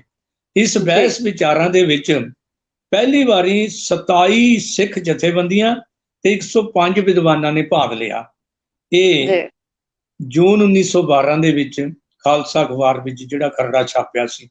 ਤੇ ਦੂਜੀ ਵਾਰ ਪੰਥ ਦੀ ਰਾਏ ਲੈ ਕੇ ਸੋਧਾ ਹੋਇਆ ਖਰੜਾ ਦੂਜੀ ਵਾਰ ਖਾਲਸਾ ਅਖਬਾਰ ਵਿੱਚ ਮਈ 1913 ਦੇ ਵਿੱਚ, ਅਗਲੇ ਸਾਲ 1 ਸਾਲ ਬਾਅਦ, 1 ਸਾਲ ਉਹਦੇ ਤੇ ਬਹਿਸਾਂ ਹੁੰਦੀਆਂ ਰਹੀਆਂ ਤੇ 1 ਸਾਲ ਬਾਅਦ ਫਿਰ ਛਾਪਿਆ ਗਿਆ। ਇਸ ਵਾਰ ਇਹਦੇ ਵਿੱਚ 26 ਜਥਿਆਂ ਨੇ ਤੇ 80 ਵਿਦਵਾਨਾਂ ਨੇ ਭਾਗ ਲਿਆ ਤੇ ਬਾਕੀ ਰਹਿਤ ਮਰਜ਼ਾਦਾ ਨੂੰ ਜਿੱਥੇ ਸੋਧ ਸੁਧਾਈ ਦੀ ਲੋੜ ਸੀ ਉਹਨੂੰ ਪ੍ਰੋੜਤਾ ਕਰ ਦਿੱਤੀ। ਫਿਰ ਪੰਥ ਦੀ ਰਾਏ ਮੰਗੀ ਗਈ। ਇਹ ਨਹੀਂ ਵੀ ਉਹਨਾਂ ਨੇ ਅੰਦਰ ਰੱਖ ਲਈ ਲੁਕੋ ਕੇ, ਉਹਨਾਂ ਨੇ ਫਿਰ ਅਖਬਾਰ ਵਿੱਚ ਛਾਪਿਆ ਕਿ ਕੋਈ ਹੋਰ ਘਾਟ ਦੇਖੋ ਇਹਦੇ ਵਿੱਚ, ਤਾਂ ਕਿ ਫਿਰ ਵਿਚਾਰ ਚਰਚਾ ਕਰਕੇ ਉਹਦੇ ਬਾਰੇ ਸੋਧ ਕੀਤੀ ਜਾਵੇ। ਤੇ ਤੀਜੀ ਵਾਰ 18 ਅਕਤੂਬਰ ਸਨ 1914 ਨੂੰ ਜਦੋਂ ਕੋਈ ਵੀ ਰਾਏ ਹੋਰ ਨਹੀਂ ਆਈ, ਫਿਰ ਚੀਫ ਖਾਲਸਾ ਦੀਵਾਨ ਨੇ ਆਪਣੀ ਜਰਨਲ ਮੀਟਿੰਗ ਦੇ ਵਿੱਚ ਪਾਸ ਕਰਕੇ ਵੱਡੀ ਗਿਣਤੀ ਵਿੱਚ ਮਾਰਚ 1915 ਨੂੰ ਸੰਗਤ ਵਿੱਚ ਵੰਡਿਆ ਗਿਆ। ਬਾਅਦ ਵਿੱਚ ਇਹ ਖਰੜਾ ਹੀ ਪੰਥ ਪ੍ਰਵਾਨਿਤ ਸਿੱਖ ਰਹਿਤ ਮਰਜ਼ਾਦਾ ਦਾ ਆਧਾਰ ਬਣਿਆ। ਪਰ ਕਿਉਂਕਿ ਇਹ ਇੱਕ ਜਥੇਬੰਦੀ ਵੱਲੋਂ ਤਿਆਰ ਕੀਤਾ ਗਿਆ ਸੀ, ਇਸ ਨੂੰ ਪੰਥ ਪ੍ਰਵਾਨਿਤ ਬਣਾਉਣ ਲਈ ਫਿਰ ਜਾਣੂ ਸ਼੍ਰੋਮਣੀ ਗੁਰਦੁਆਰਾ ਪ੍ਰਬੰਧਕ ਕਮੇਟੀ ਵੀ ਗੁਰਦੁਆਰਾ ਐਕਟ ਹੋਂਦ ਵਿੱਚ ਆ ਚੁੱਕਾ ਸੀ। ਤੇ ਸ਼੍ਰੋਮਣੀ ਗੁਰਦੁਆਰਾ ਪ੍ਰਬੰਧਕ ਕਮੇਟੀ ਨੇ ਫਿਰ ਪੰਥ ਦੀ ਨੁਮਾਇੰਦਾ ਜਥੇਬੰਦੀ ਸੀ ਆਪਣੇ ਹੱਥ ਵਿੱਚ ਲੈ ਲਿਆ ਤੇ ਇਹਦੇ ਬਾਰੇ ਅਗਲੀ ਕਾਰਵਾਈ ਸ਼ੁਰੂ ਕਰ ਦਿੱਤੀ। ਸੋ ਮੈਂ ਡੇਟ ਵਾਈਜ਼ ਹੁਣ ਤੁਹਾਨੂੰ ਇਹ ਦੱਸ ਰਿਹਾ, 5 ਮਿੰਟ ਲੱਗਣਗੇ, ਜਰਗਾ ਮੈਨੂੰ ਟਾਈਮ ਦੇ ਦਿਓ। ਦੂਜਾ ਖਰੜਾ ਜਿਹੜਾ ਫਿਰ 12 ਸਾਲ ਬਾਅਦ, ਯਾਨੀ ਉਹਦੇ ਤੇ 1912 ਤੋਂ ਲੈ ਕੇ 1915 ਤੱਕ, 1918 ਤੱਕ ਜਿਹੜਾ ਟਾਈਮ ਲੱਗਾ ਸੀ, ਉਹਦੇ ਬਾਅਦ 15 ਮਾਰਚ 1927 ਨੂੰ ਸ਼੍ਰੋਮਣੀ ਕਮੇਟੀ ਵੱਲੋਂ ਰੋਹ ਰੀਤ ਸਬ ਕਮੇਟੀ ਬਣਾਈ ਤੇ ਖਰੜਾ ਤਿਆਰ ਕਰਨ ਦੇ ਉਹਨੂੰ ਅਧਿਕਾਰ ਦਿੱਤੇ ਗਏ। ਇਹ 25 ਮੈਂਬਰੀ ਕਮੇਟੀ ਬਣਾਈ ਸੀ। ਸਮੁੱਚੇ ਪੰਥ ਦੇ ਵਿੱਚੋਂ ਬਹੁਤ ਵੱਡੇ ਵੱਡੇ ਵਿਦਵਾਨ, ਵੱਖ-ਵੱਖ ਸੰਪਰਦਾਵਾਂ, ਵੱਖ-ਵੱਖ ਜਥੇਬੰਦੀਆਂ ਨੇ ਇਹ ਖਰੜਾ ਤਿਆਰ ਕਰਨ ਦੇ ਲਈ 25 ਮੈਂਬਰੀ ਕਮੇਟੀ ਬਣਾ ਦਿੱਤੀ। ਉਹ ਤੋਂ 4 ਸਾਲ ਬਾਅਦ ਇਹਨੂੰ ਲਿਖਤੀ ਰੂਪ ਦਿੱਤਾ ਗਿਆ। 4 ਸਾਲ ਲਗਾਤਾਰ ਇਹਦੇ ਤੇ ਕੰਮ ਕੀਤਾ ਗਿਆ ਉਸ 25 ਮੈਂਬਰੀ ਕਮੇਟੀ ਨੇ। ਤੇ ਅਪ੍ਰੈਲ 1931 ਨੂੰ ਸ਼੍ਰੋਮਣੀ ਕਮੇਟੀ ਨੇ ਪੰਥ ਦੀ ਰਾਏ ਲੈਣ ਵਾਸਤੇ ਇਹ ਗੁਰਦੁਆਰਾ ਗਜ਼ਟ, ਅੱਜ ਵੀ ਛਪਦਾ ਹੈ ਸ਼੍ਰੋਮਣੀ ਕਮੇਟੀ ਦਾ ਰਸਾਲਾ ਮਾਸਕ ਹੈ, ਉਹਦੇ ਵਿੱਚ ਛਾਪਿਆ ਤੇ ਸਮੁੱਚੇ ਪੰਥ ਦੀ ਰਾਏ ਮੰਗੀ ਗਈ। ਜਿਵੇਂ ਜੋ ਅਧਿਕਾਰ ਗੁਰੂ ਸਾਹਿਬ ਨੇ ਦਿੱਤੇ ਸੀ, ਪੰਥ ਨੇ ਪੂਰੀ ਪਾਰਦਰਸ਼ੀ ਦੇ ਨਾਲ ਇਹਦੇ ਤੇ ਵਿਚਾਰ ਕਰ ਕਰਕੇ ਪੰਥ ਦੀ ਸਲਾਹ ਲੈ ਕੇ ਖਾਲਸਾ ਪੰਥ ਦੀ ਅੱਗੇ ਇਹ ਕੀਤਾ ਗਿਆ। ਆਵਾਜ਼ ਠੀਕ ਆ ਰਹੀ ਜੀ? ਜੀ ਵੀਰ ਜੀ, ਤੁਹਾਡੀ ਆਵਾਜ਼ ਬਿਲਕੁਲ ਠੀਕ ਆ ਰਹੀ ਹੈ। ਤੇ ਮੇਰੀ ਉਹ ਆਵਾਜ਼ ਮੇਰੇ ਕੰਨਾਂ 'ਚ ਵੱਜਣ ਲੱਗ ਪਈ ਸੀ ਤਾਂ ਮੈਂ ਪੁੱਛਿਆ ਸੀ ਤੁਹਾਨੂੰ, ਹੁਣ ਠੀਕ ਹੈ ਜੀ? ਹਾਂਜੀ। ਤੇ ਇਹ 1931 ਅਪ੍ਰੈਲ ਦੀ ਮੈਂ ਗੱਲ ਦੱਸੀ ਹੈ ਜੀ। ਤੇ 2.5 ਸਾਲ ਬਾਅਦ ਉਹਦੇ ਤੇ ਵਿਚਾਰਾਂ ਹੁੰਦੀਆਂ ਰਹੀਆਂ। 2.5 ਸਾਲ ਬਾਅਦ 20 ਦਸੰਬਰ 1933 ਨੂੰ ਸਿੱਖ ਆਲ ਪਾਰਟੀਜ਼ ਨੇ ਇਸ ਦੀ ਪ੍ਰਵਾਨਗੀ ਦਿੱਤੀ ਅਤੇ ਅਗਲੀ ਸਾਰੀ ਕਾਰਵਾਈ ਦੇ ਅਧਿਕਾਰ ਸ਼੍ਰੋਮਣੀ ਗੁਰਦੁਆਰਾ ਪ੍ਰਬੰਧਕ ਕਮੇਟੀ ਨੂੰ ਦੇ ਦਿੱਤੇ। ਹਿੰਦੁਸਤਾਨ ਵਿੱਚ ਜਿੰਨੀਆਂ ਵੀ ਸਿੱਖਾਂ ਦੀਆਂ ਪਾਰਟੀਆਂ, ਭਾਵੇਂ ਉਹ ਰਾਜਨੀਤਿਕ ਸਨ, ਧਾਰਮਿਕ ਸਨ, ਸਮਾਜਿਕ ਜਾਂ ਵਿਦਿਅਕ ਸਨ, ਉਹਨਾਂ ਦੀ ਬਹੁਤ ਵੱਡੀ ਮੀਟਿੰਗ ਅਕਾਲ ਤਖਤ ਸਾਹਿਬ ਤੇ ਹੋਈ ਸੀ। ਉਹਨਾਂ ਨੇ ਸ਼੍ਰੋਮਣੀ ਕਮੇਟੀ ਨੂੰ ਅਧਿਕਾਰ ਦਿੱਤੇ, ਖਰੜੇ ਨੂੰ ਪ੍ਰਵਾਨਗੀ ਦੇ ਦਿੱਤੀ। ਉਹ ਤੋਂ ਫਿਰ 3 ਸਾਲ ਬਾਅਦ 1 ਅਗਸਤ 1936 ਨੂੰ ਸਰਬ ਹਿੰਦ ਸਿੱਖ ਮਿਸ਼ਨ ਵੱਲੋਂ ਇਹ ਖਰੜਾ ਪ੍ਰਵਾਨ ਕੀਤਾ ਗਿਆ ਤੇ ਜਥੇਦਾਰ ਸ਼੍ਰੀ ਅਕਾਲ ਤਖਤ ਸਾਹਿਬ ਵੱਲੋਂ ਪੰਥ ਦੇ ਨਾਮ ਜਾਰੀ ਕਰਨ ਦੇ ਅਧਿਕਾਰ। ਹਾਂ, ਪਹਿਲਾਂ ਇਹ ਫਿਰ ਸੁਣ ਲਿਓ, 3 ਸਾਲ ਬਾਅਦ 1 ਅਗਸਤ 1936 ਨੂੰ ਸਰਬ ਹਿੰਦ ਸਿੱਖ ਮਿਸ਼ਨ ਵੱਲੋਂ ਇਹ ਖਰੜਾ ਪ੍ਰਵਾਨ ਕਰ ਦਿੱਤਾ ਗਿਆ। ਉਸ ਤੋਂ ਫਿਰ 3 ਮਹੀਨੇ ਬਾਅਦ 12 ਅਕਤੂਬਰ 1936 ਨੂੰ ਸ਼੍ਰੋਮਣੀ ਕਮੇਟੀ ਦੇ ਜਨਰਲ ਹਾਊਸ ਵੱਲੋਂ ਪ੍ਰਵਾਨ ਕੀਤਾ ਗਿਆ ਅਤੇ ਜਥੇਦਾਰ ਸ਼੍ਰੀ ਅਕਾਲ ਤਖਤ ਸਾਹਿਬ ਵੱਲੋਂ ਪੰਥ ਦੇ ਨਾਮ ਜਾਰੀ ਕਰਨ ਦੇ ਅਧਿਕਾਰ ਜਥੇਦਾਰ ਜੀ ਨੂੰ ਦੇ ਦਿੱਤੇ ਗਏ। ਇੱਥੋਂ ਪਤਾ ਲੱਗਦਾ ਹੈ ਕਿ ਪੂਰੀਆਂ ਸ਼ਕਤੀਆਂ ਦਾ ਮਾਲਕ ਗੁਰੂ ਪੰਥ ਹੈ ਤੇ ਅਕਾਲ ਤਖਤ ਸਾਹਿਬ ਦਾ ਜਥੇਦਾਰ ਜਾਂ ਬਾਕੀ ਤਖਤਾਂ ਦੇ ਜਥੇਦਾਰ ਸਾਹਿਬਾਨ ਗੁਰੂ ਪੰਥ ਦੇ ਪੀਏ ਦੇ ਤੌਰ ਤੇ ਜਾਂ ਸਪੋਕਸਮੈਨ ਦੇ ਤੌਰ ਤੇ, ਮੁੱਖ ਬੁਲਾਰੇ ਦੇ ਤੌਰ ਤੇ ਕੰਮ ਕਰਦੇ ਸਨ। ਇੱਕ ਜਥੇਦਾਰ ਨੂੰ ਜਾਂ ਬਾਕੀ 5 ਜਥੇਦਾਰ ਸਾਹਿਬਾਨ ਨੂੰ ਪੰਥ ਦੇ ਫੈਸਲੇ ਲਾਗੂ ਕਰਨ ਵਾਸਤੇ ਹੀ ਨਿਯਤ ਕੀਤਾ ਜਾਂਦਾ ਸੀ, ਤਾਂ ਕਿ ਵੱਖ-ਵੱਖ ਇਲਾਕਿਆਂ ਦੀ ਸੰਗਤ ਗੁਰੂ ਪੰਥ ਦੇ ਕੋਲ ਕੋਈ ਅਕਾਲ ਤਖਤ ਸਾਹਿਬ ਤੇ ਅਪੀਲ ਕਰਨਾ ਚਾਹੁੰਦੀ ਹੈ ਤਾਂ ਉਹ ਜਥੇਦਾਰ ਸਾਹਿਬਾਨ ਦੇ ਨਾਲ ਹੀ ਕਰ ਸਕੇ। ਤੇ ਇਹ 12 ਅਕਤੂਬਰ 1936 ਨੂੰ ਪਹਿਲੀ ਵਾਰ ਪ੍ਰਵਾਨਗੀ ਦਿੱਤੀ ਗਈ। ਉਸ ਤੋਂ 9 ਸਾਲ ਬਾਅਦ ਫਿਰ 3 ਫਰਵਰੀ 1945 ਨੂੰ ਸ਼੍ਰੋਮਣੀ ਗੁਰਦੁਆਰਾ ਪ੍ਰਬੰਧਕ ਕਮੇਟੀ ਦੇ ਜਨਰਲ ਹਾਊਸ ਦੇ ਮਤਾ ਨੰਬਰ 97 ਦੇ ਰਾਹੀਂ ਇਸ ਖਰੜੇ ਨੂੰ ਪ੍ਰਵਾਨਗੀ ਦੇ ਕੇ ਪੰਥ ਪ੍ਰਵਾਨਿਤ ਸਿੱਖ ਰਹਿਤ ਮਰਜ਼ਾਦਾ ਹੋਣ ਦਾ ਮਾਣ ਦਿੱਤਾ ਗਿਆ। ਤੇ ਜਿਹੜੇ ਕੁਛ ਇਹਦੇ ਵਿੱਚ ਨੁਕਤੇ ਸੋਧ ਸੁਧਾਈ ਵਾਲੇ ਸਨ, ਉਹ ਗਿਣਤੀ ਦੇ 17 ਨੁਕਤੇ ਨੇ, ਉਹਨਾਂ ਨੂੰ ਸੋਧਣ ਦੇ ਲਈ ਵੀ ਇੱਕ ਕਮੇਟੀ ਬਣਾ ਦਿੱਤੀ। ਇਹ ਸਾਰੀ ਜਾਣਕਾਰੀ ਜਿਹੜੀ ਹੈ ਗਿਆਨੀ ਗੁਰਬਖਸ਼ ਸਿੰਘ ਜੀ ਗੁਲਸ਼ਨ, ਜਿਨ੍ਹਾਂ ਨੇ ਮਰਜ਼ਾਦਾ ਦਰਪਣ ਲਿਖੀ, ਤੇ ਇੱਕ ਸਰਦਾਰ ਜਗਜੀਤ ਸਿੰਘ ਜੀ ਲਾਂਬਾ ਜਲੰਧਰ ਵਾਲੇ, ਅੱਜ ਕੱਲ੍ਹ ਅਮਰੀਕਾ ਦੇ ਵਿੱਚ ਹੈ, ਉਹਨਾਂ ਨੇ ਵੀ ਇੱਕ ਕਿਤਾਬ ਸਾਖੀ ਰਹਿਤ ਮਰਜ਼ਾਦਾ ਜੀ ਕੀ, ਉਹਦੇ 'ਚ ਬੜੀ ਵਿਸਥਾਰ ਦੇ ਨਾਲ ਦੱਸਿਆ। ਤੇ ਇਹ ਸਾਰੀ ਉਹਦੇ ਆਧਾਰ ਤੇ ਮੈਂ ਤੁਹਾਨੂੰ ਜਾਣਕਾਰੀ ਦੱਸ ਰਿਹਾ। ਇੱਕ ਤਾਂ ਪੰਥ ਪ੍ਰਵਾਨਿਤ ਰਹਿਤ ਮਰਜ਼ਾਦਾ ਦੀਆਂ ਡੇਟਾਂ, ਦੂਜੀਆਂ ਗਿਆਨੀ ਗੁਰਬਖਸ਼ ਸਿੰਘ ਜੀ ਦੀ ਲਿਖੀ ਕਿਤਾਬ ਰਹਿਤ ਮਰਜ਼ਾਦਾ ਦਰਪਣ, ਤੀਜੇ ਨੰਬਰ ਤੇ ਸਾਖੀ ਰਹਿਤ ਮਰਜ਼ਾਦਾ ਜੀ ਜਗਜੀਤ ਸਿੰਘ ਜੀ ਲਾਂਬਾ ਦੇ ਲਿਖੇ ਹੋਏ ਲੇਖ ਗੁਰਮਤਿ ਪ੍ਰਕਾਸ਼ ਵਿੱਚ, ਜੋ ਮੈਂ ਪੜ੍ਹਿਆ ਉਹਦੇ ਆਧਾਰ ਤੇ ਮੈਂ ਇਹ ਕੀਤਾ ਸੀ। 1 ਮਹੀਨੇ ਬਾਅਦ 7 ਜਨਵਰੀ ਨੂੰ 1945 ਨੂੰ ਸ਼੍ਰੋਮਣੀ ਗੁਰਦੁਆਰਾ ਪ੍ਰਬੰਧਕ ਕਮੇਟੀ ਨੇ ਇਸ ਖਰੜੇ ਵਿੱਚ ਸੋਧਾਂ ਕਰਨ ਲਈ 8 ਮੈਂਬਰੀ ਕਮੇਟੀ ਬਣਾਈ।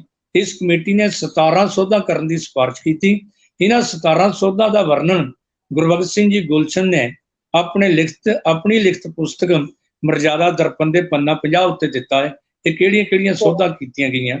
ਇਸ ਤੋਂ ਬਾਅਦ ਜਦੋਂ ਦੇਸ਼ ਦੀ ਵੰਡ ਹੋ ਗਈ, ਸਾਡੇ ਬਹੁਤ ਸਾਰੇ ਗੁਰਧਾਮ ਪਾਕਿਸਤਾਨ ਦੇ ਵਿੱਚ ਰਹਿ ਗਏ। 10 ਲੱਖ ਸਿੱਖਾਂ ਦਾ ਉਜਾੜਾ ਹੋਇਆ, ਲਗਭਗ ਪਾਕਿਸਤਾਨ ਖਾਲੀ ਹੋ ਗਿਆ।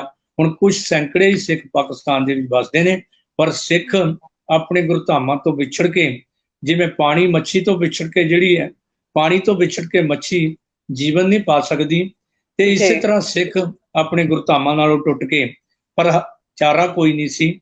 ਉਸ ਵੇਲੇ ਪੰਥ ਨੇ ਫੈਸਲਾ ਕੀਤਾ ਕਿ ਉਹਨਾਂ ਗੁਰਧਾਮਾਂ ਦੀ ਮੁੜ ਆਜ਼ਾਦੀ ਲਈ ਤੇ ਖੁੱਲੇ ਦਰਸ਼ਨ ਦਿਦਾਰਿਆਂ ਦੇ ਲਈ ਸਾਨੂੰ ਅਰਦਾਸ ਦਾ ਹਿੱਸਾ ਬਣਾ ਦੇਣਾ ਚਾਹੀਦਾ। ਸੋ ਇਹ ਸ਼ਬਦਾਵਲੀ ਜਿਹੜੀ ਸੀ ਨਾ ਵਿਛੜੇ ਗੁਰਧਾਮਾਂ ਬਾਰੇ, ਇਹ ਸ਼ਬਦਾਵਲੀ ਬਣਾਉਣੀ ਸੀ। ਸੰਨ 1947 ਵਿੱਚ ਦੇਸ਼ ਦੀ ਵੰਡ ਤੋਂ ਬਾਅਦ ਨਨਕਾਣਾ ਸਾਹਿਬ ਤੇ ਹੋਰ ਸੈਂਕੜੇ ਗੁਰਧਾਮਾਂ ਦੇ ਦਰਸ਼ਨ ਦਿਦਾਰੇ ਕਰਨ ਲਈ ਅਰਦਾਸ ਦੀ ਸ਼ਬਦਾਵਲੀ ਨਿਯਤ ਕਰਨੀ ਸੀ। ਅਨੇਕਾਂ ਵਿਦਵਾਨਾਂ ਨੂੰ ਇਸ ਕਾਰਜ ਲਈ ਅਪੀਲ ਕੀਤੀ ਗਈ।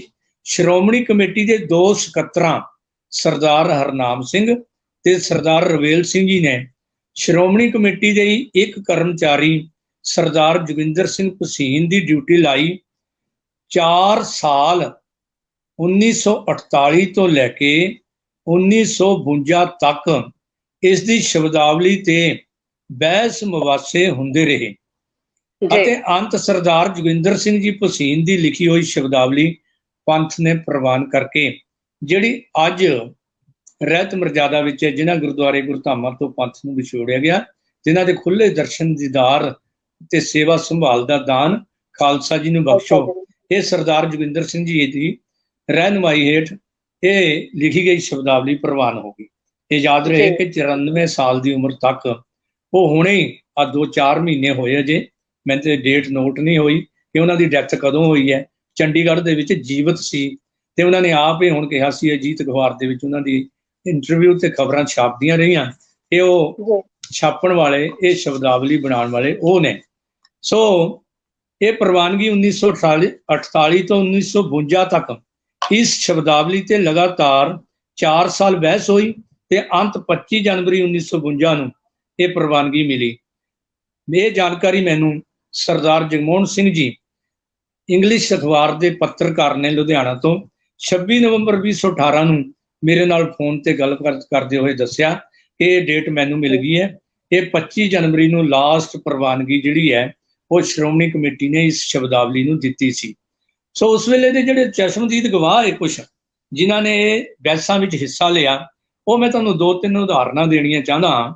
ਉਹਦੇ ਵਿੱਚ ਇੱਕ ਤਾਂ ਸਰਦਾਰ ਜੋਗਿੰਦਰ ਸਿੰਘ ਜੀ ਦੀ ਮੈਂ ਗੱਲ ਦੱਸ ਦਿੱਤੀ, ਉਹਦਾ ਪੂਰਾ ਡੇਟਾ ਤੇ ਰੋਜ਼ਾਨਾ ਅਜੀਤ ਪੰਨਾ 3 ਤੋਂ ਲੈ ਕੇ 6 ਤੱਕ 20 ਅਪ੍ਰੈਲ 2019 ਦਿਨ ਸ਼ਨੀਵਾਰ ਨੂੰ ਉਹਦੇ ਬਾਰੇ ਜੋਗਿੰਦਰ ਸਿੰਘ ਜੀ ਦੀ ਜਾਣਕਾਰੀ ਸੀ। ਇਹ ਚਸ਼ਮਦੀਦ ਗਵਾਹ ਨਹੀਂ ਬਲਕਿ ਲਿਖਣ ਵਾਲੇ ਸੀ ਇਸ ਸ਼ਬਦਾਵਲੀ। ਦੂਜੇ ਨੰਬਰ ਤੇ ਅਨੰਦਪੁਰ ਸਾਹਿਬ ਦੇ ਰਹਿਣ ਵਾਲੇ ਮਾਸਟਰ ਨਿਰਮਲ ਸਿੰਘ ਜੀ ਖਾਲਸਾ ਸਕੂਲ ਵਿੱਚ ਟੀਚਰ ਸੀ। ਇਹਨਾਂ ਦੇ ਪਿਤਾ ਜੀ ਪਹਿਲੀ ਕਮੇਟੀ ਦੇ ਚੁਣੇ ਹੋਏ ਮੈਂਬਰ ਸੀ, ਜਿਹੜੇ ਵੋਟਾਂ ਨਾਲ ਨਹੀਂ ਚੁਣੇ ਗਏ। ਬਾਬਾ ਖੜਕ ਸਿੰਘ ਵਾਲੀ ਕਮੇਟੀ ਦੇ ਉਹ ਅਨੰਦਪੁਰ ਸਾਹਿਬ ਤੋਂ ਮੈਂਬਰ ਲਏ ਗਏ ਸੀ। ਇਹ ਉਹਨਾਂ ਦੇ ਲੜਕੇ ਸੀ ਸਰਦਾਰ ਨਿਰਮਲ ਸਿੰਘ। 1952 ਸਨ ਵਿੱਚ ਤਖਤ ਸ੍ਰੀ ਕੇਸਗੜ੍ਹ ਸਾਹਿਬ ਦੀ ਦੂਜੀ ਮੰਜ਼ਿਲ ਉੱਤੇ ਇਸ ਸ਼ਬਦਾਵਲੀ ਦੀ ਪ੍ਰਵਾਨਗੀ ਲਈ 250 ਵਿਦਵਾਨ ਤੇ ਹੋਰ ਪਤਵੰਤੇ ਕੇਸਗੜ੍ਹ ਸਾਹਿਬ ਦੀ ਦੂਜੀ ਮੰਜ਼ਿਲ ਤੇ ਇਹ ਮੀਟਿੰਗ ਹੋ ਰਹੀ ਸੀ।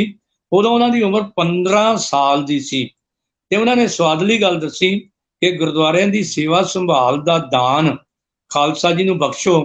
ਜਦੋਂ ਦਾਨ ਲਫ਼ਜ਼ ਆਇਆ ਨਾ, ਸਰਦਾਰ ਕੇਰ ਸਿੰਘ ਬੈਰਾਗੀ ਇੱਕ ਵਿਦਵਾਨ ਸੀ ਬਹੁਤ ਵੱਡੇ, ਉਹ ਅੜ ਕੇ ਕਹਿਣ ਲੱਗੇ ਦਾਨ ਸ਼ਬਦ ਜਿਹੜਾ ਹੈ ਇਹਦੇ ਤੇ ਮੇਰਾ ਇਤਰਾਜ਼ ਹੈ। ਇਹ ਦਾਨ ਪਾਂਡਿਆਂ ਦਾ ਸ਼ਬਦ ਹੈ, ਇਸ ਦੀ ਜਗ੍ਹਾ ਬਲ ਬਖਸ਼ਿਆ ਜਾਵੇ। ਦਾਨ ਨਹੀਂ, ਬਲ ਬਖਸ਼ੋ ਸ਼ਬਦ ਵਰਤਿਆ ਜਾਵੇ। ਇਸ ਤੇ 3 ਦਿਨ ਬਹਿਸ ਹੋਈ। ਮੈਂ ਉਹਨਾਂ ਦੀ ਇੰਟਰਵਿਊ ਲੈ ਕੇ ਬਕਾਇਦਾ ਨੈਟ ਤੇ ਵੀ ਪਾਈ ਸੀ, ਉਹ ਅੱਜ ਵੀ YouTube ਤੇ ਦੇਖੀ ਜਾ ਸਕਦੀ ਹੈ। ਜਿਹੜੀ ਉਹ ਚਸ਼ਮਦੀਦ ਗਵਾਹ ਕਹਿੰਦੇ ਮੈਂ 15 ਸਾਲ ਦਾ ਸੀ ਤੇ ਇੱਕ ਸ਼ਬਦ ਤੇ 3 ਦਿਨ ਬਹਿਸ ਹੁੰਦੀ ਰਹੀ ਕਿ ਦਾਨ ਨਹੀਂ ਬਲ ਬਖਸ਼ਿਆ ਜਾਵੇ। ਜਾਨੀ ਕਿੰਨੀ ਸੋਚ ਵਿਚਾਰ ਤੋਂ ਬਾਅਦ ਇਹ ਪੰਥਕ ਖਰੜਾ ਪ੍ਰਵਾਨ ਕੀਤਾ ਗਿਆ। ਔਰ ਇੱਕ ਲਫ਼ਜ਼ ਦੇ ਉੱਤੇ 250 ਵਿਦਵਾਨ ਜਿਹੜੇ ਸੀ ਤੇ ਕੁਝ ਪਦਵੰਤੇ ਉਹ ਆਪਸ ਵਿੱਚ ਸਿੰਘ ਵਸਾ ਕੇ ਬੈਠੇ ਰਹੇ 3 ਦਿਨ ਲਗਾਤਾਰ। ਅੰਤ ਗੁਰਬਾਣੀ ਦੇ ਮੁਤਾਬਕ ਜਿਹੜਾ ਫੈਸਲਾ ਆਇਆ ਉਹ ਫਿਰ ਸਰਬਸੰਮਤੀ ਨਾਲ ਦਾਨ ਸ਼ਬਦ ਨੂੰ ਹੀ ਪ੍ਰਵਾਨਗੀ ਦਿੱਤੀ ਗਈ, ਕਿਉਂਕਿ ਦਾਨ ਦਾ ਇਤਰਾਜ਼ ਇਹ ਹੋਇਆ ਸੀ ਕਿ ਗੁਰਦੁਆਰੇ ਦੀ ਸੇਵਾ ਸੰਭਾਲ ਦਾ ਦਾਨ ਖਾਲਸਾ ਜੀ ਨੂੰ ਬਖਸ਼ੋ। ਇਹ ਦਾਨ ਸ਼ਬਦ ਜਿਹੜਾ ਪ੍ਰਵਾਨ ਕਿਉਂ ਨਹੀਂ? ਕਿਉਂਕਿ ਬਾਣੀ ਦੇ ਵਿੱਚ ਇਹਦੇ 2 ਕਾਰਨ ਲਿਖੇ ਨੇ। ਇੱਕ ਹੈ ਕਨਕ ਕਾਮਨੀ ਹੈਵਰ ਗੈਵਰ ਬਹੁ ਵੀ ਦਾਨ ਦਾ ਤਾਰਾ, ਅੰਨ ਵਸਤਰ ਭੂੰਬੋ ਅਰਪੈ ਨ ਮਿਲੀਏ ਹਰ ਦੁਆਰਾ। ਬਈ ਦਾਨ ਸ਼ਬਦ ਕਿਉਂਕਿ ਮਨੁੱਖ ਅੰਦਰ ਹਉਮੈ ਪੈਦਾ ਕਰਦਾ ਹੈ। ਜਿਹੜਾ ਦਾਨ ਦਿੰਦਾ ਹੈ ਉਹਦੇ ਚ ਹਉਮੈ ਪੈਦਾ ਹੁੰਦੀ, ਮੈਂ ਦਾਨੀ ਹਾਂ, ਤੇ ਜਿਹੜਾ ਦਾਨ ਲੈਂਦਾ ਉਹਦੀ ਹੀਣ ਭਾਵਨਾ ਹੁੰਦੀ। ਇਸ ਲਈ ਗੁਰੂ ਪਾਤਸ਼ਾਹ ਨੇ ਇੱਥੇ ਰਿਜੈਕਟ ਕਰ ਦਿੱਤਾ ਸੀ ਇਹ ਸ਼ਬਦ। ਤੇ ਫਿਰ ਦੂਜੀ ਗੱਲ ਗੁਰੂ ਨਾਨਕ ਪਾਤਸ਼ਾਹ ਨੇ ਆਖੀ ਵੀ ਸਤੀਆਂ ਮਨ ਸੰਤੋਖ ਉਪਜੇ, ਦੇਣੇ ਕੇ ਵਿਚਾਰ, ਦੇ ਦੇ ਮੰਗੇ ਸਹਿਸਾ ਗੁਣਾ, ਸ਼ੋਭ ਕਰੇ ਸੰਸਾਰ। ਦਾਨ ਦੇਣ ਵਾਲੇ ਦੇ ਮਨ ਦੇ ਵਿੱਚ ਹੰਕਾਰ ਪੈਦਾ ਹੋ ਜਾਂਦਾ ਹੈ ਕਿ ਮੈਨੂੰ ਇਹਦੇ ਨਾਲੋਂ 10 ਗੁਣਾ ਜ਼ਿਆਦਾ ਲਾਲਚ ਪੈਦਾ ਹੁੰਦਾ ਹੈ। ਇਸ ਲਈ ਦਾਨ ਸ਼ਬਦ ਨੂੰ ਪ੍ਰਵਾਨਗੀ ਫੇਰ ਦੇਣੀ ਪਈ। ਉਹਦਾ ਕਾਰਨ ਕੀ ਸੀ? ਕਿਉਂਕਿ ਦਾਨ ਕਿਸੇ ਬੰਦੇ ਤੋਂ ਨਹੀਂ ਮੰਗਣਾ। ਗੁਰਬਾਣੀ ਦਾ ਫੈਸਲਾ ਹੈ ਦੱਦਾ ਦਾਤਾ ਏਕ ਹੈ ਸਭ ਕੋ ਦੇਵਨਹਾਰ। ਵੀ ਦਾਤਾ ਕੋਈ ਮਨੁੱਖ ਨਹੀਂ ਹੋ ਸਕਦਾ। ਜਿਹੜੀ ਅਰਦਾਸ ਸਿੱਖ ਨੇ ਕਰਨੀ ਉਹ ਗੁਰੂ ਜਾਂ ਪਰਮੇਸ਼ਰ ਅੱਗੇ, ਇਹ ਅਕਾਲ ਪੁਰਖ ਵਾਹਿਗੁਰੂ ਜੀ ਆਪਣੇ ਗੁਰਸਿੱਖਾਂ ਨੂੰ ਸੇਵਾ ਸੰਭਾਲ ਦਾ ਦਾਨ ਬਖਸ਼। ਇਹ ਅਕਾਲ ਪੁਰਖ ਤੋਂ ਤਾਂ ਗੁਰੂ ਤੇ ਮੰਗਿਆ ਗਿਆ ਦਾਨ ਹੈ ਨਾ, ਇਸ ਲਈ ਇਹ ਦਲੀਲ ਦਿੱਤੀ ਇਹ ਪ੍ਰਵਾਨ ਹੋ ਸਕਦਾ।